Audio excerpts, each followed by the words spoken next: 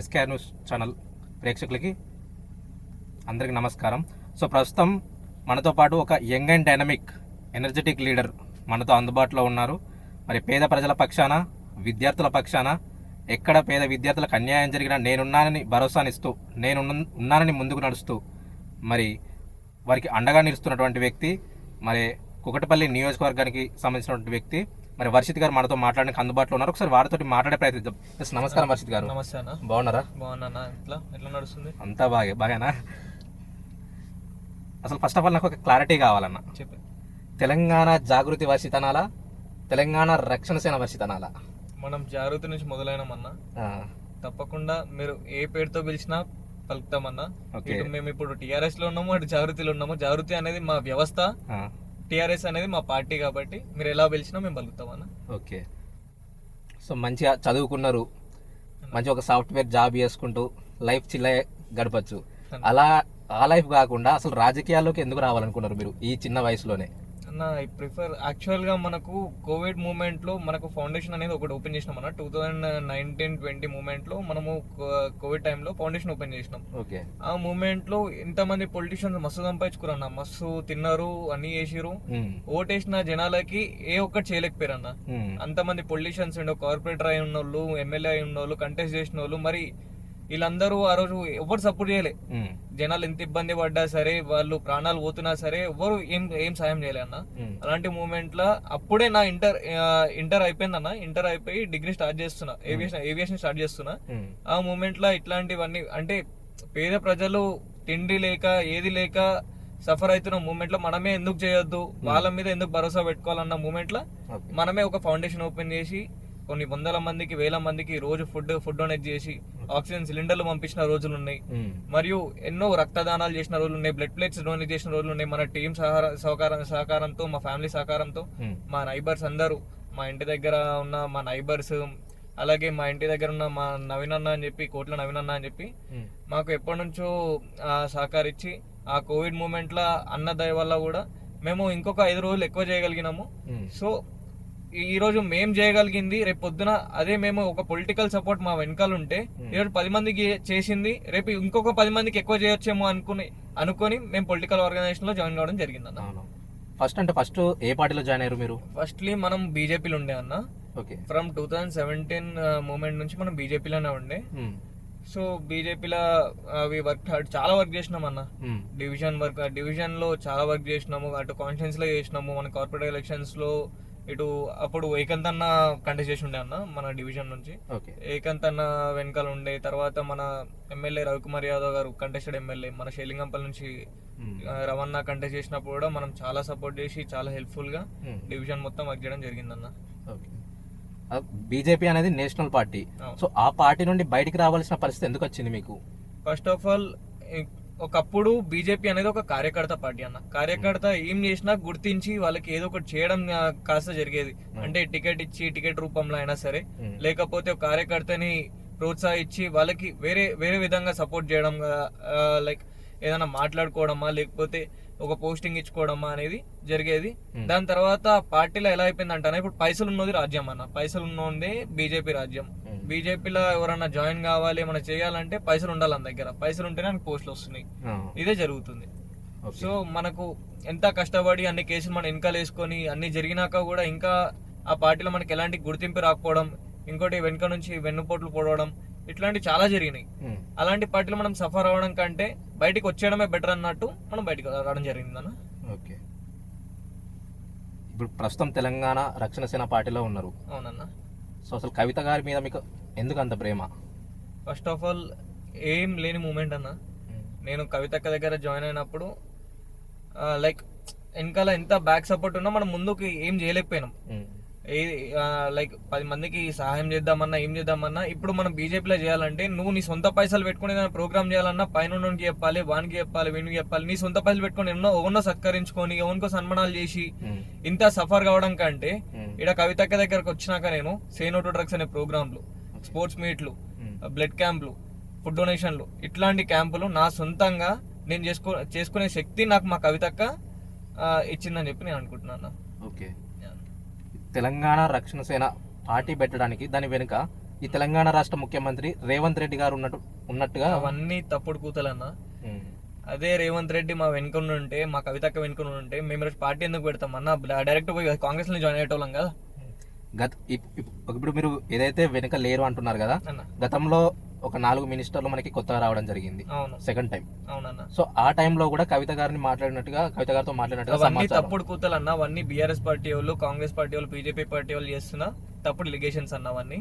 అవన్నీ మినిస్టర్లు వచ్చేది ఉంటే మాకు ఎప్పుడో చేంజ్ అయ్యేది, మాకు ఎప్పుడో కాంగ్రెస్ లో పోయేది, అదే మినిస్టర్ తెచ్చుకొని ఈరోజు కూర్చుంటోళ్ళం కదా మేము కూడా. ఓకే. సో ప్రస్తుతం తెలంగాణ రాష్ట్రంలో కాంగ్రెస్ పార్టీ చేసినటువంటి అభివృద్ధి అన్న ఎలా ఉంది? బాగుందంటారా? ఎలా ఉందంటారు? మీకు ఒకటి చదివినిపిస్తానా? చదివినిపించినాక మీరు ఒకసారి ఎప్పుడు మళ్ళీ బాగుందో లేదో. ఇది ఒక కార్యకర్త రాసి పంపించినాను మనకి. ఇదేమి కాంగ్రెస్ రాజ్యం, ఇదేమి కాంగ్రెస్ రాజ్యం, దొంగల రాజ్యం, దోపిడీ రాజ్యం, గూండాల రాజ్యం, రాబందుల రాజ్యం, రైతుల ఆత్మహత్యలు చేసిన రాజ్యం, బువ్వ వల్ల గురుకుల పిల్లల ప్రాణాలు తీసిన రాజ్యం, హైడ్రా పేరుతో సక్రమంగా కట్టిన ఇల్లు కూడా కూల్చి నిరుపేదలకు నిలవనీడ లేకుండా చేసిన రాజ్యం, ఉద్యోగాల పేరుతో నిరుద్యోగులను మోసం చేసిన రాజ్యం, నిరుద్యోగులకు కొలువులు ఇచ్చే ఫార్మాసిటీని రద్దు చేసి పైసలు దండుకోవడానికి రియల్ ఎస్టేట్ చేస్తున్న రాజ్యం, రైతాంగంకు జీవనాదిగా నిలిచి నీళ్లు అందించే కాళేశ్వరం లాంటి ప్రాజెక్టుల మీద తప్పుడు ప్రచారం చేస్తున్న రాజ్యం, రైతన్న సరిపడా యూరియా కూడా ఇవ్వలేని చాతగాని రాజ్యం, నకిలీ విత్తనాల వల్ల రైతులను మోసం చేస్తున్న రాజ్యం, అభివృద్ధి గాలికి వదిలేసి మద్యం రేట్లు పెంచి మద్య పైసలతో దండుకుంటున్న రాజ్యం. ఇప్పుడు చెప్పన్నా మరి కాంగ్రెస్ రాజ్యం చేస్తున్నది అసలైన రాజ్యం, అసలైన పాలన అన్న? కార్యకర్తలుగా మీ పార్టీ కార్యకర్తలు రాసింది ఎలాగో కాంగ్రెస్ పార్టీకి అపోజిట్ గానే ఉంటది. ఇది మా పార్టీ కార్యకర్త రాసింది కాదన్న, మీకు చూపియద్దు కానీ ఇది వాళ్ళ కాంగ్రెస్ కార్యకర్తనే, వాళ్ళ కాంగ్రెస్ వాళ్ళే బయటకు వచ్చి రాసిన కొటేషన్లు అన్న ఇవన్నీ. ఓకే అన్న. సో మీరు విద్యార్థుల పక్షాన కొట్లాడుతున్నారు. ఎక్కడ కాలేజ్ ఫీజు రియంబర్స్మెంట్ కావచ్చు, ఫీజుల విషయంలో కావచ్చు, లేదంటే హాలిడేస్లలో కాలేజీలు నడిపిస్తూ ఉంటే అక్కడికి వెళ్ళి మీరు ధర్నాలు చేయడం కావచ్చు. సో ఇవన్నీ చేస్తూ ఉన్నారు, ఇవన్నీ బాగానే ఉన్నాయి. కానీ మీరు ఒక ఆర్గనైజేషన్ కానీ ఒక ఇన్స్టిట్యూషన్ కానీ వెళ్ళి అక్కడ వాళ్ళని కొట్టే అధికారం మీకు ఉందా? అన్న అబ్సల్యూట్లీ మాకు అట్లాంటి అధికారాలు లేవు. ఒకటి, మేము రీసెంట్ గా మీరు ఆ వీడియో చూసి ఉంటారు, మీరు ఆ రీజన్ మీద అడుగుతారా? నాకు అర్థమైంది. అవును. ఒకటన్నా ఆడోళ్ళని చిడాయిచ్చి, ఇప్పుడు మేము 2 కాలేజీలలో చేసుకోవడం జరిగిందన్న. నేను ఒక కాలేజీలో ఏమో స్టూడెంట్, ఒక లెక్చరర్ జేఎల్ తను పిల్లల్ని హాస్టల్లో పెట్టుకొని వాళ్ళతో సిగరెట్లు తెప్పించుకోవడం, వాళ్ళకి డ్రగ్స్ అలవాటు చేయడం, డ్రగ్స్ లైక్ సిగరెట్లు, వాళ్ళకి మందు అయిపోయడము. పిల్లలకు అలవాట్లు ఉన్నాయా లేదా తర్వాత సంగతి, సెకండరీ, అది ఫ్యామిలీ చూసుకుంటది. ఒక కాలేజ్లో నువ్వు ఎట్లా మెయింటైన్ చేయాలి, నువ్వు పిల్లలకు భయం పెట్టాలి, పిల్లల్ని చూసుకునే బాధ్యత నీది. నువ్వు అట్లాంటి పిల్లల్ని హాస్టల్ రూమ్లలో కూర్చోబెట్టి వాళ్ళకి సిగరెట్లు తాపించుకుంటా, మందు తాపించుకుంటా కూర్చుంటే రేపు పొద్దున పేరెంట్స్ సఫర్ అవుతారు, పిల్లలు సఫర్ అవుతారు, అదే కాలేజ్కి బ్యాడ్ నేమ్ వస్తుంది. మేము కాలేజ్ గురించి ఏ రోజు చేయలేదన్న, స్టూడెంట్స్ కోసం చేసినాం. స్టూడెంట్ ఫ్యూచర్ ఏడికి పోతుంది అనే భయంతో మేము ఆడికి పోయినాం. ఆడికి పోయినాక కంప్లైంట్లు వచ్చినాయి, మా దగ్గర విత్ ప్రూఫ్ ఉన్నాయి, సీసీ కెమెరా రికార్డింగ్లు ఉన్నాయి, ప్రతి ఒక్కటి తీసినాక ఆ లెక్చరర్ అని అడిగితే నేను బరాబర్ చేస్తా, నేను బరాబర్ మాట్లాడతా, బరాబర్ తాగుతారు, వాళ్ళకి అలవాట్లు ఉన్నాయి, అది వాళ్ళ ఇష్టం, నువ్వు వాడడానికి అన్నారు అన్న తరుణంలో మేము ఆయన మీద చేసుకోవడం జరిగిందన్న. ఇంకొకసారి ఏమో ఒక జేఎల్ ఏవో ఆయన ఏవో కాలేజ్ పేరు మీకు ఐడియా ఉంది ఆల్రెడీ. ఆయన ఒక ఏవో అమ్మాయిల వాష్రూమ్లలోకి వెళ్ళి, ఆయనకి ఏం పని అన్న, అమ్మాయిల వాష్రూమ్లలోకి వెళ్ళి అమ్మాయిల్ని ఫిజికల్ గా టచ్ చేయడము, ఇట్లాంటివి జరిగితే మేము ఎందుకు గమ్మున ఉండాలి? అలాంటప్పుడు స్టూడెంట్స్ మాకు కంప్లైంట్ చేయగానే ఇమీడియట్ గా మేము వెళ్ళి యాక్షన్ తీసుకున్నాం. వాళ్ళ మీద యాక్షన్ తీసుకోవడమే కాదు, వాళ్ళందరి మీద కేసులు బనాయించినాము. ఇప్పటికీ ఆ కేసు రన్ అవుతుంది, ఇప్పటికీ ఆ కేసులు నడుస్తున్నాయి. వాళ్ళని ఉత్తి వదలమన్నా. మేము చేసుకున్నాం అంటే బయట తెలియని కొడుకులు కొంతమంది ట్రోల్ చేస్తారు, వాళ్ళకి చేత కాదు. వాళ్ళ ఇంట్లో వాళ్ళకి చెల్లికో అమ్మకో అయి ఉంటే వాళ్ళకి తెలుస్తుంది. వాళ్ళ ఇంట్లో ఎవరికి కాలినట్టు ఉంది, మళ్ళీ వాళ్ళ ఇంట్లో అవ్వాలని కూడా నేను కోరుకోనన్నా. కాకపోతే వానికి ఆ బాధ తెలియదేమో, కానీ మాకు తెలిసి ఒక అమ్మాయికి సఫర్ అవుతుందంటే మాత్రం మేము కూర్చోమన్నా, వాళ్ళు గాజులు వేసుకొని కూర్చోరేమో కానీ మేమైతే కూర్చోమన్నా బరాబర్ కొట్లాడతాం. వేరే యూనియన్స్ గురించి నాకు తెలియదు కానీ మా తెలంగాణ జాగృతి పక్షాన మాత్రం మేము బరాబర్ స్టూడెంట్స్ పక్షాన మేము అందరం కొట్లాడతాం. కొట్లాడానికి మేము ఎనీ టైం ఏ అర్ధరాత్రి అని సిద్ధంగా ఉన్నామన్నా. Okay okay. తెలంగాణ జాగృతి వర్షిత్ ఇప్పటి వరకు ఎంత సంపాదించిండు? నేనేం సంపాదించింది లేదన్నా. సంపాదించుకోవడం ఇవన్నీ మనకు చేత కాదు, కానీ మనకు సైడ్ కి బిజినెస్ ఉందన్న. అండ్ ఇంకోటి మనం ఇంటీరియర్స్ ఒకటి ఉంది మనకు. సో మనకు అలానే ఎవ్రీ మంత్ మనకు వచ్చేటి మనకు వస్తాయి అంతే అన్న. ఏం సంపాదించుకోకుండానే తెలంగాణ రక్షణ సేన పార్టీ పెట్టిన రోజు అంత పెద్ద ర్యాలీ తీస్తారా మీరు? అంత పెద్ద ర్యాలీ తీసినామంటే అది మా ఓన్లీ ఒక్క సంపాదన కాదన్న. టీం అందరం కలిసి, మా టీం అందరి దగ్గర అందరం చేసుకొని నువ్వు ఇది తీసుకోరో ఇది తీసుకురా అని చెప్పి ఇట్లా డిసైడ్ అయ్యి మేము తెచ్చుకున్నాం అంతేగాని ఓకే ఓకే. అన్న సో ఫ్యూచర్లో ఛాన్స్ వస్తే ఈ నియోజకవర్గం నుంచి తెలంగాణ రక్షణ సేన అన్న ఎమ్మెల్యే క్యాండిడేట్గా అన్న బరిలో ఉండమంటే ఉంటారా కవిత గారు? ఉండమంటే మా కవితక్క చెయ్యు అంటే మాత్రం బరాబర్ చేస్తా అన్న, తప్పకుండా చేస్తా. ఒకవేళ ఇక్కడి ప్రజలు ఆశీర్వదిస్తే అన్న ఇక్కడి ప్రజలకు ఏం చేద్దాం అనుకుంటున్నారు? మేము ఇచ్చిన 5 హామీలలో ఆల్రెడీ ఉందన్న. ఉచిత విద్య, ఉచిత వైద్యం మా లక్ష్యం. అవి చేసి చూపిస్తాం. ఒక్కసారి మాకు ఆశీర్వాదం ఇచ్చి మా టీఆర్ఎస్ పార్టీకి ఆశీర్వాదం ఇచ్చి మా కవితక్కని గెలిపిస్తే మాత్రం బరాబర్ ఉచిత విద్య, ఉచిత వైద్యం ఇవ్వడం మాత్రం మా లక్ష్యం. ఓకే. 2028లో తెలంగాణ రక్షణ సేన పార్టీ నుంచి సీఎం అయ్యే ఛాన్స్ ఉందా కవిత? బరాబర్ అవుతుంది అన్న, అవునా? బరాబర్ అవుతుంది. రాసి పెట్టుకో ఈ మాట.